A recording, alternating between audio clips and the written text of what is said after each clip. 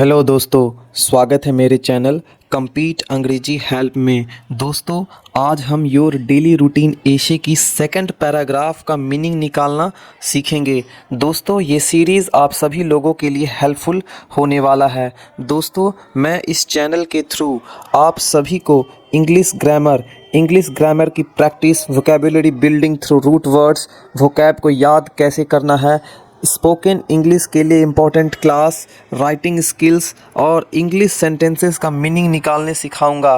तो दोस्तों, let's start. दोस्तों, सेकंड नंबर जो पैराग्राफ है वो पैराग्राफ है how you spend the morning. यहाँ पे how you spend the morning क्या मतलब हुआ? इसका मतलब हुआ हाउ का मतलब कैसे होता है, कैसे आप, यू का मतलब आप, स्पेंड मतलब होता है व्यतीत करना या गुजारना। कैसे आप गुजारते हो, द मॉर्निंग मतलब सुबह, कैसे आप सुबह गुजारते हो। तो ये जो दूसरा पैराग्राफ है वो यहाँ पे है। यहाँ पे जो दूसरा पैराग्राफ है वो यहाँ है। दूसरा पैराग्राफ को मैं पढ़ता हूँ। I follow a routine every day from morning to night.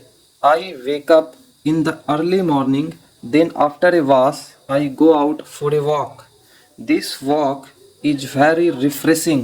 The fresh morning air gives me new vitality and vigor. After I get back, I have my breakfast and then I sit down to study. I get up at 9 a.m.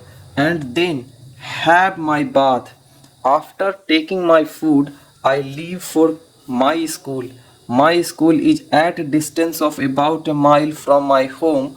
I cover this distance on foot. अब हम इसका meaning निकालेंगे।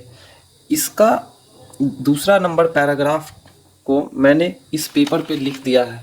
इस paper पे मैंने दूसरे paragraph को लिखा है। अब हम इसे स्टेप बाय स्टेप इसका मीनिंग निकालेंगे।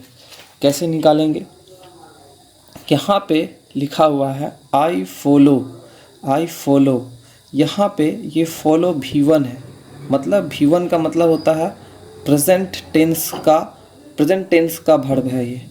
यानी ये जो वर्ब है ये प्रेजेंट टेंस में लगता है। A routine, I follow a routine, एक रूटीन फॉलो करते हैं। रूटीन का मतलब मैंने कल बताया है। रूटीन का मतलब जो मैंने कल बताया है वो यहाँ पे लिखा हुआ है।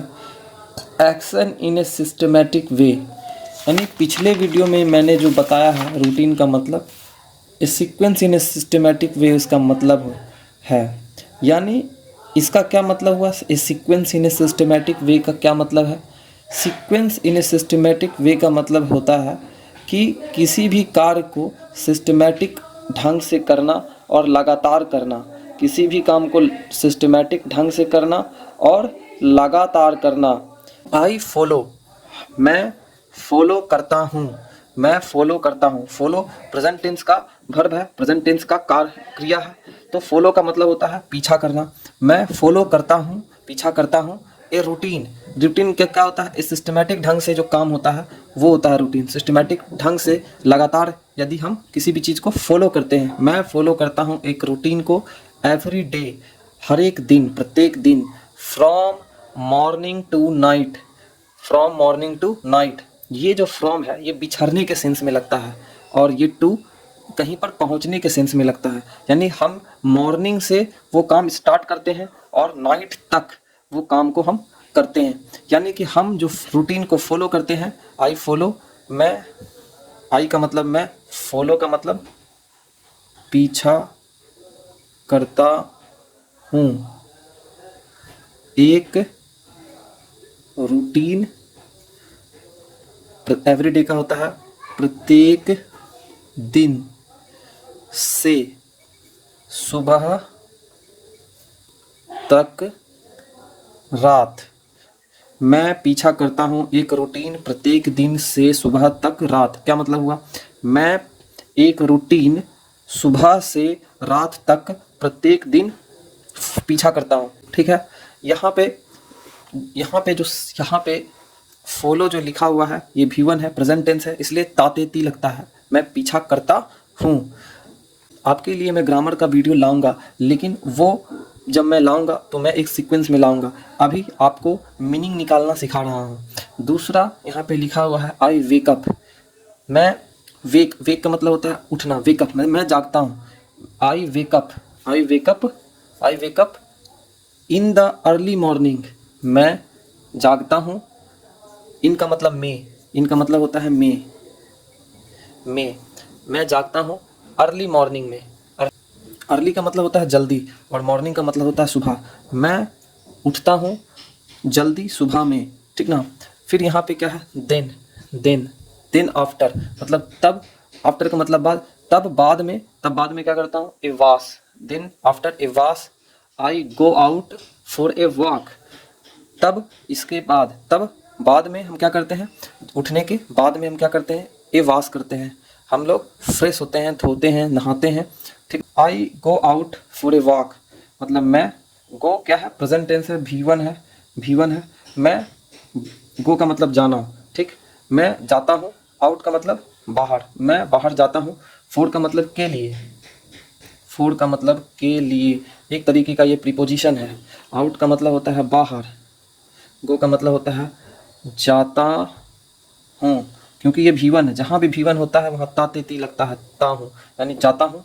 ए वॉक, एक वॉक मतलब टहलने के लिए, टहलने। यहाँ पे क्या है ना, ए वॉक लगा हुआ है, ठीक ना। ए, अब ध्यान में रखिए, ए कहाँ लगता है, ए वहाँ लगता है जहाँ पर नाउन होता है, यानी इस वॉक को नाउन बना दिया है। देखिए यहाँ पे टू वॉक मतलब टहलना। टू वॉक का मतलब क्या हो जाता है, टू वॉक का मतलब होता है टहलना। यहाँ टू लगा है इसलिए यहाँ पे ना लगा है। जहाँ भी टू लगा है समझ जाइए वो वर्ब हो गया, यानी यहाँ से यहाँ तक वर्ब है। यानी कि वॉक वर्ब के जैसा यहाँ पे यूज़ हो रहा है, लेकिन यहाँ पे वॉक के पहले ए लग गया है, यानी वॉक यहाँ पे नाउन की तरह यूज़ हो रहा है, एक तरीके के नाम की तरह यूज़ हो रहा है। अब दोस्तों यहाँ पे आइए, यहाँ पे लिखा है this walk is very refreshing. अच्छा, जिस भी वर्ड में लास्ट में ING लगेगा, एक चीज़ आपको याद रखना है। पहले इसका मतलब बता देता हूँ। This walk is very refreshing.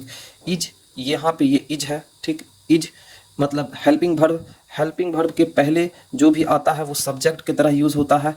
This walk यहाँ पे सब्जेक्ट की तरह यूज़ हो रहा है। मतलब यह जो टहलना है, यह जो टहलाव है, वॉक मतलब होता है टहलना या टहलाव। यहाँ पे दिस जो है एक तरीके का डिमॉन्स्ट्रेटिव प्रोनाउन की तरह यूज़ हो रहा है, ठीक ना। और यहाँ पे दिस के बाद वॉक लिखा है, यानी यह जो टहलाव है, ठीक ना, यह जो वॉक है, वॉक यहाँ पे कैसा यूज़ हो रहा है, तो नाउन की तरह। यह जो वॉक है इज वेरी रिफ्रेशिंग। ये पिछले वाले, इज के पिछले वाले जो सब्जेक्ट है, इज के पिछले वाले जो सब्जेक्ट है, इसके बारे में आगे बताया जाता है, यहाँ पे बताया जाएगा, यानी इसके बारे में आगे बताया जाएगा। यह जो वॉक है, यह जो वॉक, इज का मतलब है, यह जो वॉक है बहुत रिफ्रेशिंग है, बहुत रिफ्रेशिंग है। रिफ्रेशिंग मतलब ताजगी भरा है, ठीक ना। भैरी जो है यहाँ पे, भैरी जहाँ भी लग गया, भैरी, वेल, WELL वेल, जैसे कि SO सो, ये सभी एडवर्ब होते हैं, एडवर्ब, ठीक ना। तो वेरी का मतलब बहुत होता है, सो का मतलब भी बहुत होता है, ठीक ना। तो यहाँ पे वेरी एडवर्ब की तरह यूज़ होता है, एडवर्ब। और ये ING जो लगा हुआ है, एक चीज़ आपको बता देता हूँ, ये ING एडजेक्टिव है। कैसे पहचानेंगे, रिफ्रेश, इसको मैं यहाँ मैं आपको बताता हूँ। रिफ्रेशिंग, पहले रिफ्रेश यहाँ लिख देता हूँ। रिफ्रेश, यदि टू रिफ्रेश हो गया यहाँ पे, तो रिफ्रेश मतलब होता है ताज़ा करना। और यहाँ रिफ्रेशिंग ING लगा देते हैं तो ये हो जाता है ताजगी भरा। यानी ING जहाँ भी अगर आप देखें, तो यदि ये ING लास्ट में यदि आप देखेंगे किसी भी सेंटेंस के, यदि ये रिफ्रेशिंग लास्ट में यदि देखेंगे किसी भी सेंटेंस की, यहाँ से यहाँ तक एक सेंटेंस है, तो इस सेंटेंस के लास्ट में रिफ्रेशिंग लगा है और यहाँ पे ING लगा है, इसका मतलब ये हुआ कि ये एडजेक्टिव की तरह यूज़ हो रहा है, ठीक ना। अब रिफ्रेशिंग को अगर हम वर्ब की तरह यूज़ करते हैं तो इसका एक सेंटेंस हम बनाते हैं। कैसे बनाएंगे, आई रिफ्रेश माई सेल्फ, मैंने यहाँ पे जो मैंने आपको बताया है कि रिफ्रेशिंग क्या होता है, एक एडजेक्टिव की तरह यूज़ होता है। जहाँ भी आप आईएनजी देखें समझ जाइए कि वो दो तरीके से यूज़ होगा, या तो वो वर्ब होगा या तो वो एडजेक्टिव होगा। इसका एक और मैं वर्ब की तरह यूज़ करके बताता हूँ। आई एम, यहाँ पे इसका क्या मतलब होगा, यहाँ पे आई रिफ्रेश माई सेल्फ, मैं रिफ्रेश करता हूँ अपने आप को, खुद को, इसका मतलब ये हो जाएगा यहाँ पे। और यहाँ पे क्या हो जाएगा, I am refreshing my self, ठीक ना। यहाँ पे क्या है, ये सब्जेक्ट है, ये एम क्या है, हेल्पिंग वर्ब है, ये मेन वर्ब है रिफ्रेशिंग, ये मेन वर्ब की तरह यूज़ हो रहा है, और ये ऑब्जेक्ट है। यानी कि ये रिफ्रेशिंग लास्ट में यूज़ नहीं हुआ है, इसलिए ये क्या हो गया, वर्ब हो गया। ये बीच में यूज़ हुआ है, यानी ये वर्ब हो गया। ऐसा नहीं है कि बीच में जो यूज़ होता है आईएनजी वाला वर्ड वो वर्ब ही कहलाता है, वहाँ एडजेक्टिव भी होता है, वो एडजेक्टिव की तरह भी यूज़ होता है, लेकिन एज पर सिचुएशन। तो यहाँ पे यदि आप टेंस पढ़ेंगे तो आप टेंस पढ़ेंगे, जैसे कि आई एम गोइंग, टेंस में आप ये आसान सेंटेंस तो सुने ही होंगे, आई एम गोइंग, मैं, गो का मतलब जाना, जाना, और आई एन जी जहाँ पे लग गया मतलब समझ जाइए कि वो चीज़ प्रोग्रेस में हो रहा है, प्रोग्रेसिव सेंस में हो रहा है, यानी उसका काम अभी हो ही रहा है।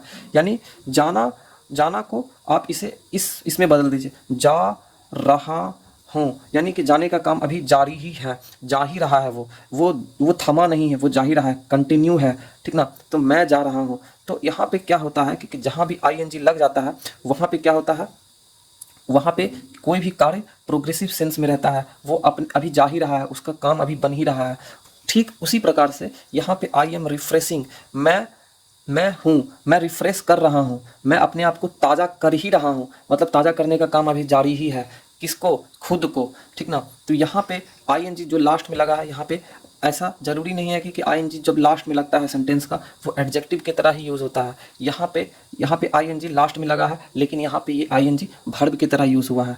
ठीक इस सेंटेंस में बीच में क्या है, बीच में आई एन जी वाला वर्ड है रिफ्रेशिंग। तो ये जो वर्ड है यहाँ पे ज़रूरी नहीं है कि बीच वाला जो वर्ड है वो एडजेक्टिव की तरह ही यूज़ होगा, तो ये वर्ब की तरह भी यूज़ हो सकता है। तो यहाँ पे ये वर्ब की तरह यूज़ हो रहा है, लेकिन ज़रूरी नहीं है कि बीच में यदि आईएनजी वाला वर्ड हो तो मेन वर्ब की तरह ही इस्तेमाल होगा, वो एडजेक्टिव की तरह भी यूज़ हो सकता है। यानी कि आपको पहचानना होगा पढ़ने के बाद, और ये कैसे पहचानेंगे, तो ये सिचुएशन के हिसाब से पहचानेंगे। तो सिचुएशन के हिसाब से आप तभी पहचान सकेंगे जब आपको ग्रामर का परफेक्ट नॉलेज होगा। और यही मैं ग्रामर का जब सीरीज़ लाऊंगा तो आप ग्रामर को सीखने के बाद एज पर सिचुएशन एडजेक्टिव कौन है, एडवर्ब कौन है, नाउन कौन है, ये सभी आप पहचान सकेंगे। तो दोस्तों अब हम लोग आगे बढ़ते हैं। यहाँ पे जो अगला वर्ड, अगला सेंटेंस है वो सेंटेंस है the fresh morning air gives me new vitality and vigour. तो यहाँ पे जो लिखा हुआ है the fresh morning air gives me new vitality and vigour, इसका क्या मतलब हुआ। यहाँ पे क्या है, यहाँ पे पहले आपको वर्ब को पहचानना पड़ेगा। वर्ब को पहचानने के लिए हम लोग वर्ब को याद करते हैं कि प्रेजेंट वर्ब कौन है, V1 कौन है, V2 कौन है, V3 कौन है, V4 कौन है, V5 कौन है। वर्ब को याद करने के बाद ही हम वर्ब को पहचान पाते हैं। तो यहाँ पे जो गिव्स है ये वर्ब है, ठीक ना, गिव्स। तो गिव्स के पहले क्या लिखा हुआ है, गिव्स के पहले ये लिखा हुआ है, इतना बड़ा वर्ड लिखा हुआ है, इतना बड़ा फ्रेज लिखा हुआ है। ये लिखा है द फ्रेश मॉर्निंग एयर, मतलब द फ्रेश, मतलब फ्रेश का मतलब होता है ताजगी भरा, यानी कि जो ताजगी भरा मॉर्निंग एयर, सुबह का जो हवा होता है। गिव्स ये तो वर्ब है, ये V1 है, वर्ब 1 V1 है, ये देता है, गिव्स मतलब देता है। V1 प्रेजेंट टेंस के लिए लगता है, यानी देता है, क्या है, तातेती और है, तातेती है क्या होता है, वो होता है V1 होता है, वो प्रेजेंट टेंस में लगता है, तातेती है। तो देता है, फ्रेश मॉर्निंग एयर देता है, क्या देता है, मुझे देता है, ठीक ना, किसे देता है, तो मुझे देता है, ठीक। तो क्या देता है, न्यू वाइटैलिटी मतलब नया ये फुर्ती है, वाइटैलिटी मतलब फुर्ती, नया फुर्ती देता है। तो फुर्ती क्या होगा, फुर्ती होता है इसका मतलब, वाइटैलिटी का मतलब फुर्ती, ठीक। और विगर का क्या मतलब होता है, स्ट्रेंथ होता है, स्ट्रेंथ, ठीक। तो यहाँ पे वाइटैलिटी एंड विगर, फुर्ती और स्ट्रेंथ देता है, गिव्स मी नया फुर्ती देता है और वाइटैलिटी देता है। तो दोस्तों आप शिलाजीत का प्रचार में वाइटैलिटी एंड विगर वहाँ पे इस शब्द का इस्तेमाल होते हुए ज़रूर देखते हैं, क्योंकि शिलाजीत एक ऐसा औषधि है जिसे लेने के बाद आपके अंदर फुर्ती और स्टेमिना आ जाता है, लेकिन वो दवा बहुत ही ज़्यादा गर्म होता है जिसे शब्द नहीं पचा पाता है। तो यहाँ पे ये वाइटैलिटी एंड वेगर शब्द का इस्तेमाल आप शिलाजीत के प्रचार में देखे होंगे। और दूसरी बात यह है कि आप यदि मॉर्निंग में दौड़ेंगे, मॉर्निंग में यदि आप घूमेंगे टहलेंगे, तो ये वाइटैलिटी एंड वेगर बिना दवा लेने के बाद ही आपके अंदर आ जाएगा, और कोई दवा लेने की ज़रूरत नहीं पड़ेगी। अब दोस्तों अगले सेंटेंस में हम देखते हैं। अच्छा, यहाँ पे द फ्रेश मॉर्निंग एयर क्या करता है, देता है, यानी ये वर्ब है। वर्ब को क्या कीजिए, सर्किल कर दीजिए। इसके पीछे वाला जो फ्रेज है इसके बारे में आगे बताया जाएगा, यानी मी से स्टार्ट होकर के वेगर तक इसके बारे में बताया जा रहा है। किसके बारे में, द फ्रेश मॉर्निंग एयर के बारे में। मी से लेकर के कहाँ तक बताया जा रहा है, वेगर तक बताया जा रहा है। अब दोस्तों क्या है, अगला सेंटेंस क्या है, आफ्टर बाद, इसके बाद, मतलब किसके बाद, ये जो आप करते हैं फ्रेश मॉर्निंग एयर, मॉर्निंग में घूमने के बाद क्या करते हैं, आफ्टर आई गेट बैक, मैं होता हूँ, मैं खुद को होता हूँ। गेट का मतलब होता है होना, ठीक ना।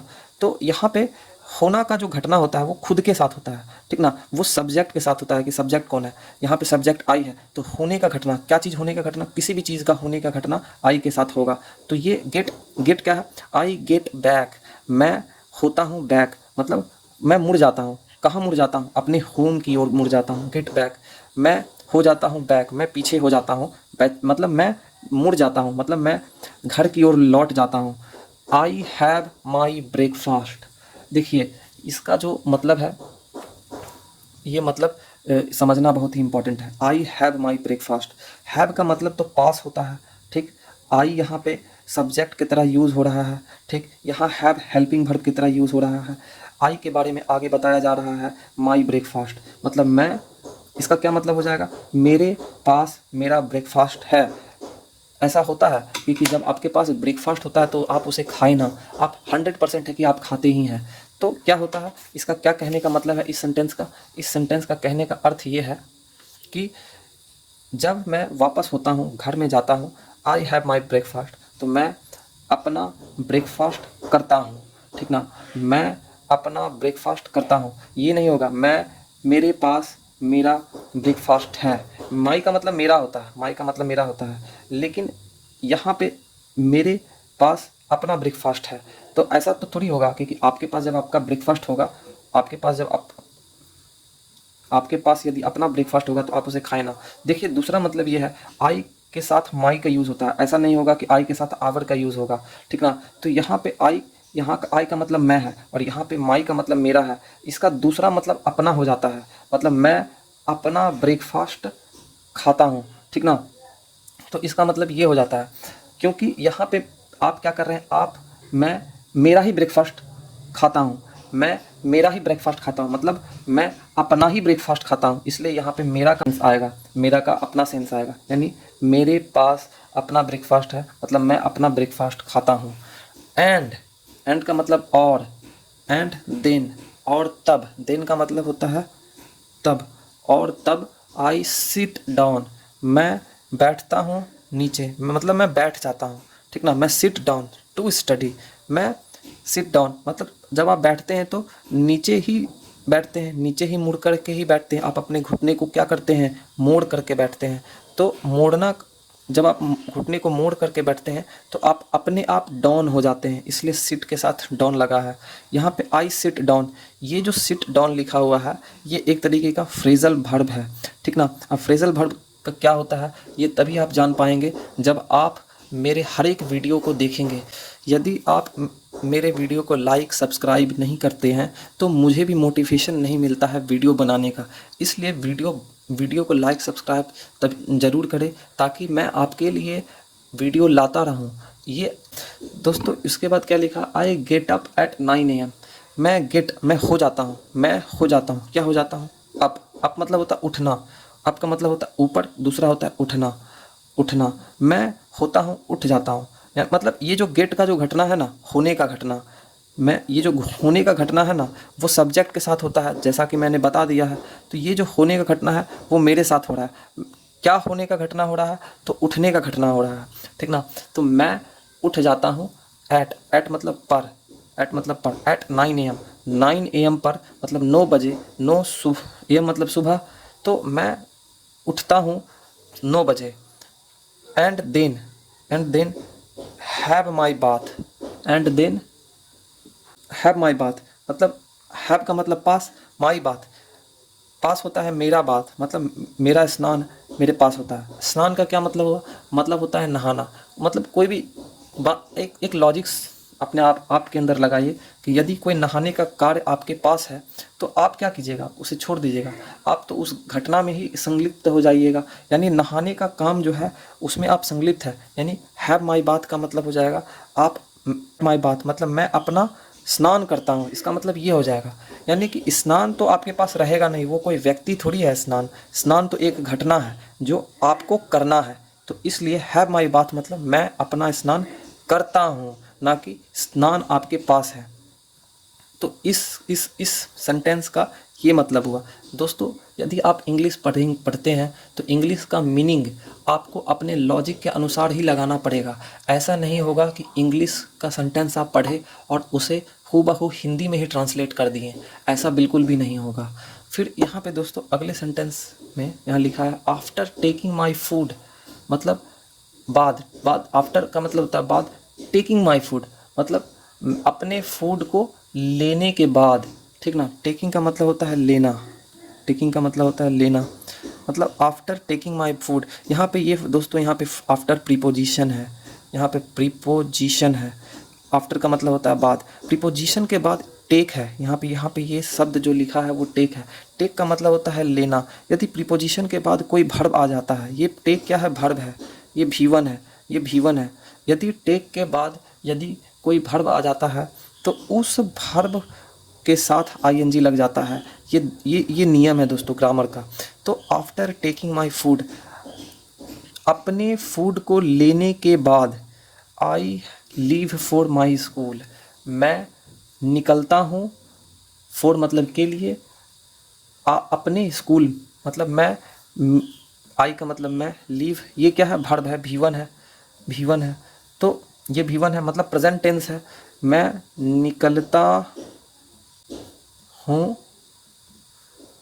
के लिए मेरा स्कूल, स्कूल मतलब मैं निकलता हूँ मेरा स्कूल के लिए, मतलब क्या हुआ? मैं अपने स्कूल के लिए निकलता हूँ। यानी यहाँ पे मेरा का मतलब अपना हो जाएगा, ठीक।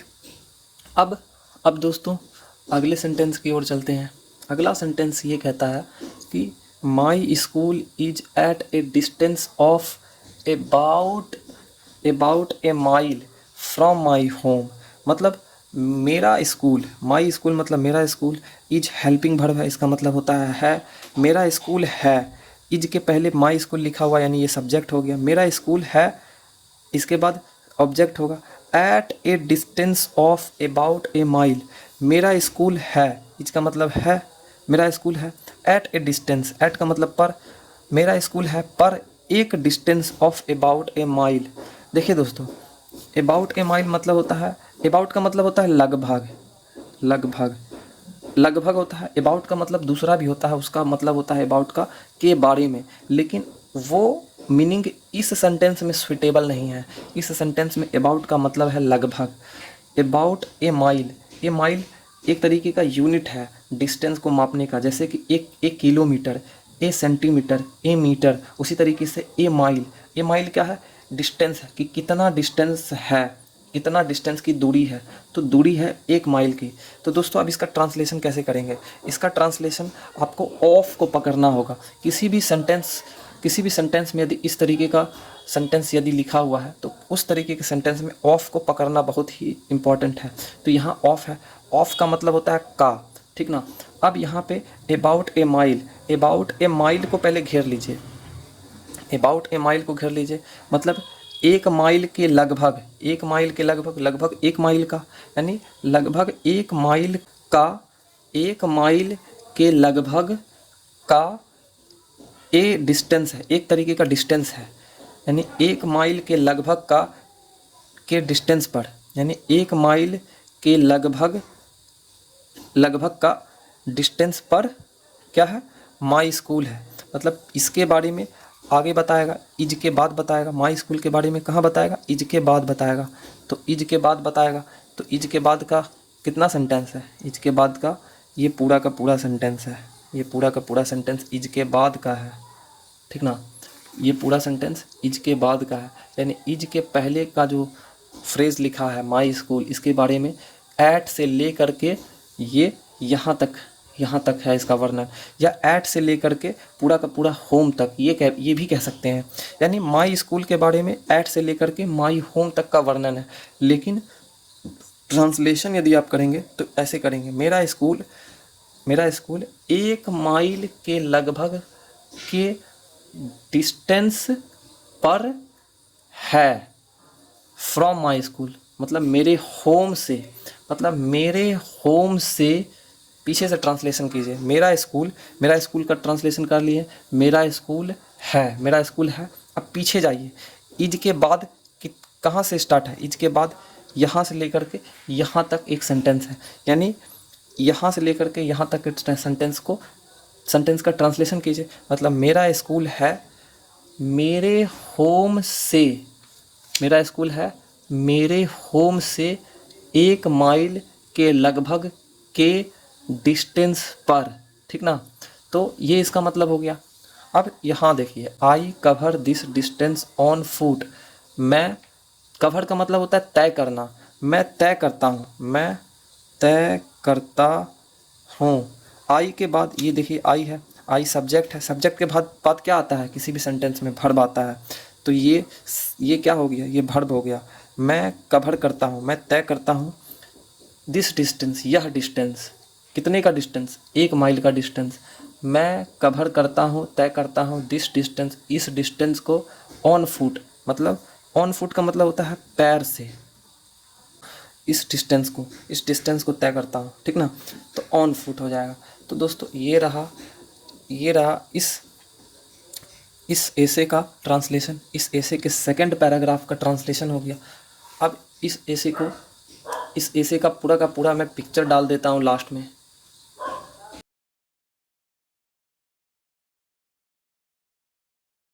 दोस्तों ये रहा योर डेली रूटीन एसे के सेकंड पैराग्राफ का मीनिंग। मैंने इस वीडियो में सेकंड पैराग्राफ का मीनिंग निकालने मैंने आपको सिखाया है। अगला वीडियो थर्ड पैराग्राफ का मीनिंग निकालने में सिखाऊंगा। और साथ साथ मेरे चैनल पे आप बने रहे, प्लीज़ मेरे चैनल को लाइक, सब्सक्राइब, शेयर ज़रूर करें, ताकि मुझे मोटिवेशन मिल सके आपके वीडियो को बनाने का, ताकि आप सीख सकें। ओके, तब तक के लिए बाय।